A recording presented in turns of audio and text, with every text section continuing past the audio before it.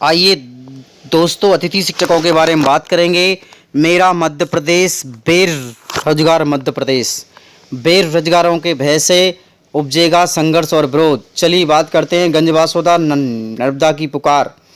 14 वर्षों से विभिन्न सरकारी स्कूलों में अतिथि शिक्षक पढ़ाते आ रहे हैं, किन्हें उन्हें लंबे समय से अभी तक नियमित नहीं किया गया। अल्प मानदेय के शासकीय विद्यालयों में शिक्षण सेवा देते आ रहे अतिथि शिक्षकों को अब अपने शिक्षण सेवा स्थल से बाहर जाना होगा। अगर चयनित शिक्षकों की भर्ती होती है तो अतिथि शिक्षक लोग बाहर हो जाएंगे। किंतु आपको बता देते हैं, इसी तरह से अतिथि शिक्षकों को ज्वाइनिंग नहीं हो पाई, उसी तरह से शिक्षक पात्रता परीक्षा उन लोगों की भी ज्वाइनिंग नहीं हो पाई। मेरे मध्य प्रदेश के अतिथि शिक्षकों का भविष्य सुरक्षित करने के लिए सरकार ने कोई कदम नहीं उठाया। 14 वर्षों को सेवा दिए, फिर भी अतिथि शिक्षकों को कोई पुकार नहीं सुनी। अतिथि शिक्षक अब क्या करेगा, इस प्रकार सरकार सुनिश्चित करे। इस प्रकार 2018 में मेरिट सूची के आधार पर चयनित अतिथि शिक्षकों को नियमितीकरण का पक्ष भी मजबूत हो गया था, किंतु बता देते हैं कि कांग्रेस सरकार गिर गई और बीजेपी सरकार का दामन चल गया। इस प्रकार मध्य प्रदेश के समस्त अतिथि शिक्षकों में सरकार के प्रति आक्रोश है और आक्रोश पनप रहा है। अब खुले रूप से सरकार का विरोध भी कर रहे हैं। आतुर दिखाई देता रहा है कि अतिथि शिक्षकों का आक्रोश जल्द ही राजधानी पर टूटेगा। इस तरह से आपको बता देते हैं कि बेरोजगारी के कारण अतिथि शिक्षक अब कुछ करने का विवश कर सकता है। सरकार भी उन्हें नियमितीकरण करने का कोई वादा नहीं कर रही है। इस तरह से चयनित अतिथि शिक्षक और शिक्षक अतिथि शिक्षकों ने 14 वर्ष सेवा देने के पश्चात भी सरकार उन्हें समय नहीं दे रही, इस पर कोई ध्यान नहीं दे रही और अतिथि शिक्षकों के यहाँ आक्रोश की ज्वाला फैली हुई है। इस तरह आपको बता देते हैं कि यदि अतिथि शिक्षकों का जल्द से जल्द नियमितीकरण नहीं किया जाता है तो अतिथि शिक्षक एक बड़ा उग्र आंदोलन करेगा। इसमें आपको बता देते हैं कि आज़ाद स्कूल अतिथि शिक्षक संघ जिला विदिशा के सभी अतिथि शिक्षकों ने मध्य प्रदेश के संवेदनशील मुखिया श्री शिवराज सिंह चौहान जी को ज्ञापन भी सौंपा, लेकिन सभी कार्यरत अतिथि शिक्षकों को गुरुजी की तर्ज पर नियमित करें। लेकिन महाविद्यालय के स्तर पर जन भागीदारी द्वारा अतिथि शिक्षकों और अतिथि विद्वानों का आज तक कुछ भी नहीं हो पाया। वहीं आपको बता देते हैं कि यदि अतिथि शिक्षकों का जल्द से जल्द नियमितीकरण नहीं होता है तो सरकार के प्रति एक बहुत बड़ा बम फूटेगा, जिसके जिम्मेदार सिर्फ और सिर्फ शासन रहेगी। इस तरह से आपको बता देते हैं कि मध्य प्रदेश एक बेरोजगार युवाओं का देश है, जिसे आज बेरोजगार युवाओं में गिना जाता है। यदि मध्य प्रदेश की सरकार सभी लोगों को नौकरी प्रोवाइड करा देती है तो उनका भविष्य सुरक्षित हो जाएगा।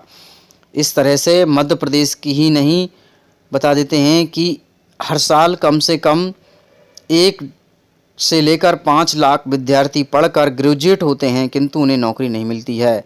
या तो फिर पढ़ाई लिखाई का स्तर ही समाप्त कर देना चाहिए, जिससे कि कोई पढ़े लिखे ना और अपने घर के काम करे, ताकि उसका पेट का भरण पोषण सही तरीके से हो सके। जब कोई व्यक्ति को काम नहीं मिल रहा है तो उस पढ़ाने से कोई औचित्य नहीं है। तो इस तरह से सरकार के लिए पढ़ाने का औचित्य तभी है जब हमारे मध्य प्रदेश के अतिथि शिक्षकों को नियमितीकरण मिले और उन्हें नौकरी मिले। इस तरह पढ़ाई का स्तर होना चाहिए। तो मेरे सभी मध्य प्रदेश के लोगों से निवेदन है कि हम लोग सभी मिलजुल कर एक साथ संगठन बनाएं और धरना प्रदर्शन आंदोलन करें, तब जाके हमारे मध्य प्रदेश के अतिथि शिक्षकों का भविष्य सुरक्षित हो पाएगा। और इसके अतिरिक्त जो बेरोजगार युवा हैं उन लोगों को एक सही नौकरी मिल सकेगी और उनका भविष्य भी सुरक्षित बन सकेगा। लेकिन जब तक हमारे पास संगठन नहीं होगा, जब तक हम कुछ नहीं कर सकते हैं।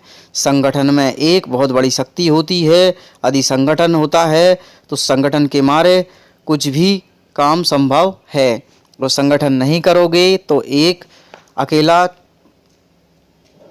चना नहीं फोड़ सकता, वैसी कहावत है। तो एक व्यक्ति से कुछ नहीं होगा। यदि हमारे पास समय रहते हुए और समय से नौकरी नहीं मिली तो हम लोग बेरोजगार ही रह जाएंगे और ओवर एज हो जाएंगे। अब कर लेते हैं स्कूल शिक्षा विभाग से जुड़ी हुई बात छात्रावासों के संबंध में। वेलकम टू माय चैनल प्रकाश संगन और आज की खबर आपको बताएंगे। कार्यालय आयुक्त जनजातीय कार्य विभाग मध्य प्रदेश भोपाल 21/9/2021 समस्त और आयुक्त जिला संयोजक मध्य प्रदेश भोपाल शिक्षण सत्र 2020-21 हेतु और 21-22 हेतु विभागीय शासकीय विद्यालयों में कक्षा प्रारंभ कर दी गई हैं। इसके तहत आपको बता देते हैं कि जो मध्य प्रदेश के स्कूल शिक्षा विभाग के द्वारा आदेश क्रमांक 44/2021-22 हेतु उपरोक्त जो छात्रावास हैं कक्षा 5वीं से लेकर 12वीं तक के जो छात्रावास हैं उन सभी छात्रावासों को खोला जाए और उन छात्रावासों में बच्चों को एडमिशन कराया जाए ताकि बच्चों की पढ़ाई ठीक तरह से हो सके। 20 सितंबर 2021 को 1 से 5 तक के छात्रावास प्रारंभ करने की दिशा निर्देश जारी किए गए हैं। उपरोक्त विषय में छायाप्रति संलग्न प्रेषित है। विभाग के द्वारा जानकारी मांगी गई है कि सभी छात्रावासों को जल्द से जल्द प्रारंभ कर दिए जाएं ताकि जो शिक्षा व्यवस्था है वो सही तरीके से चल सके और गरीब वर्ग के बच्चे पढ़ सकें। अब देखते हैं कि मध्य प्रदेश शासन इस पर क्या निर्णय लेती है और क्या नहीं लेती है। स्कूल शिक्षा विभाग के द्वारा आदेश क्रमांक 14/9/2021 इसके द्वारा बता दें विभागीय आदेश क्रमांक 27/8/2021 के अनुक्रम में 20 सितंबर 2021 स्कूल एवं छात्रावास प्रारंभ करने के संबंध में निर्देश जारी किए गए और स्कूलों में प्राथमिक के स्तर में 1 से 5 तक की कक्षाएं कोविड-19 प्रोटोकॉल का पालन करते हुए 50% क्षमता के साथ प्रारंभ की जाएं। कक्षा 6ठी और 10वीं एवं 12वीं के 100% विद्यार्थियों के लिए छात्रावासों में संचालित किए जाने वाले कक्षा 11वीं विद्यार्थियों को छात्रावास की सुविधा इस शर्त के आधार पर उपलब्ध कराई जाए छात्रावासों का उसकी कुल क्षमता 50% क्षमता से ज़्यादा विद्यार्थी उपस्थित नहीं होना चाहिए। प्रदेश में संचालित सभी आवासीय विद्यालय कक्षा 6ठी 10वीं 12वीं एवं 100% विद्यार्थियों को संचालित किए जाएंगे। इसमें 11वीं के विद्यार्थियों के लिए छात्रावास की शर्त के आधार पर खोले जा सकते हैं। छात्रावासों में उनकी कुल संख्या 50 से ज़्यादा नहीं होना चाहिए। जिला अंतर्गत संचालित स्कूल छात्रावास आवासीय विद्यालय खोले जाने के प्रस्ताव प्रथम आपदा प्रबंधन समिति के द्वारा सहमति ली जाए और शालाओं के संचालन हेतु निम्नलिखित शर्तों का पालन किया जाना चाहिए। अभिभावकों को सहमति ही विद्यार्थी विद्यालय छात्रावासों में उपस्थित हो सकेंगे। शासकीय स्कूलों में भारत सरकार और राज्य स्तर के समय समय पर जारी किए गए SOP के द्वारा कोविड प्रोटोकॉल का पालन किया जाना चाहिए। शालाओं में छात्रावास और कार्यरत समस्त स्टाफों को टीके कम से कम 1 डोज लगाना चाहिए और किसी भी स्टाफ को डोज लगा होना चाहिए और किसी स्टाफ को डोज लगा नहीं है तो वो उसका शाला में नहीं रह सकेगा। शालाओं में कक्षावार विषयवार दिवसों अतिरिक्त अन्य दिवसों को डिजिटल के माध्यम से ऑनलाइन कक्षाएं पूर्ववत संचालित की जा सकेंगी।